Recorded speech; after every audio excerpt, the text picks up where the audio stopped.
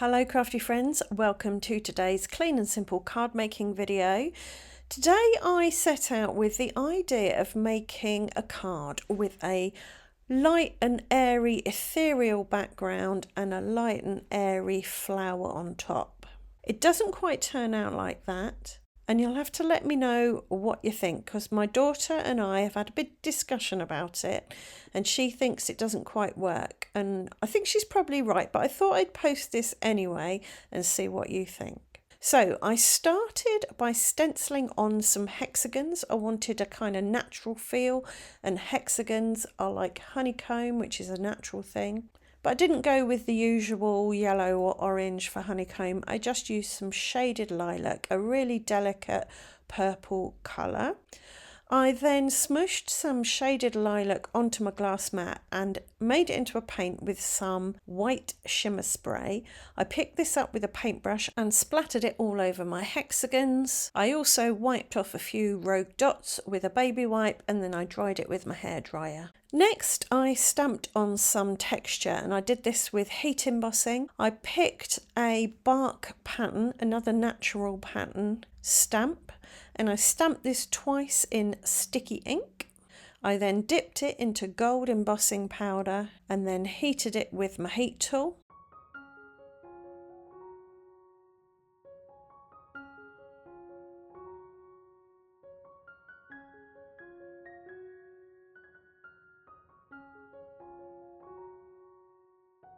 For my flower, I chose a rose, so I die cut the rose out of smooth white card. I then dipped it into some high-tack glue and stuck it onto its shadow, which I die cut from vellum. But after I'd stuck it all together and held it over the gold embossing, I realised it was going to cover up too much gold embossing. So I found some splatter stamps and I stamped these in Versamark sticky embossing ink, dipped the card in gold again. Then I brushed off some of the splats that I didn't want, some of the marks that hadn't come out quite right, and then I heated it in my heat tool, and that gave me a little bit more gold poking out from behind my rose. So then it was time to stick the rose down. I put some high-tack glue behind the leaves where it would be hidden and not show through the vellum. I also used some Zig two-way glue on the skinnier parts of the rose, again so that it wouldn't show through the vellum. And then I placed it over the gold embossing.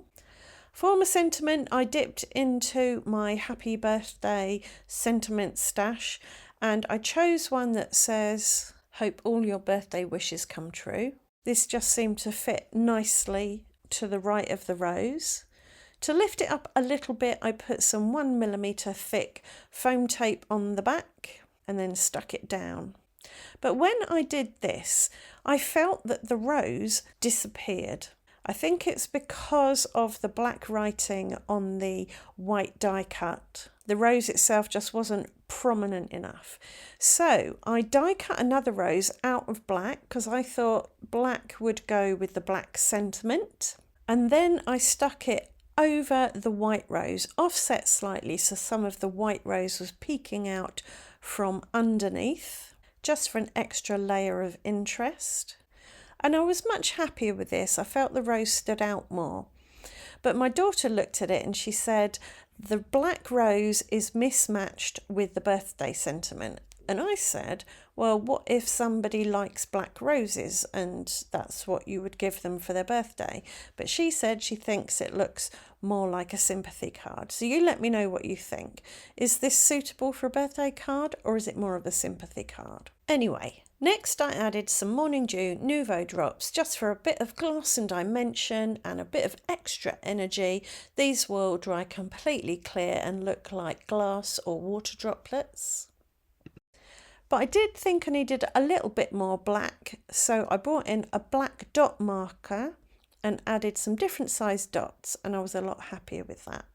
So this card didn't really end up how I wanted it to. All the elements are there, but the black rose makes it less light and airy and ethereal, but I still quite like it. And now it's finished. I do hope you've enjoyed the video and it's given you some ideas of things you can do with the tools and supplies that you have.